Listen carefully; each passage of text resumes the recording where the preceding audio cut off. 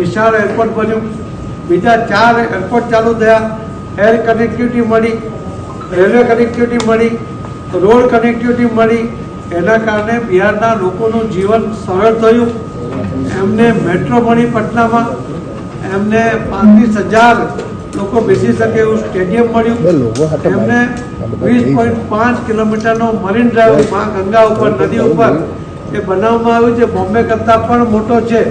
અને એ રીતે જે વિકાસ એમણે જોયો એમનાથી એમને વિશ્વાસ છે કે હવે જંગલ રાજ વખતે જે યુવાઓએ પલાયન થવું પડ્યું હતું, ફરજિયાત બિહાર છોડવું પડ્યું હતું, ફરજિયાત ઘર છોડવું પડ્યું હતું, એ હવે ન છોડવું પડે.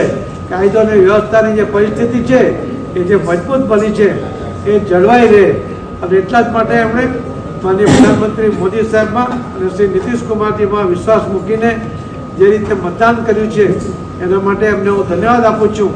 માનનીય શ્રી અમિતભાઈ શાહ સાહેબની રણનીતિ એ આમાં કામ લાગી છે અને એના કારણે આટલે એનડીએને આટલી મોટી જીત આ સરળતાથી મળી છે. પણ એના કારણે ભારતીય જનતા પાર્ટીની પણ અને એનડીએની પણ જવાબદારી વધી છે. બિહારના લોકોની અપેક્ષા પૂર્ણ કરવામાં એનડીએની સરકાર ક્યાંય પાછી પાની નહીં કરશે એવો મને વિશ્વાસ છે.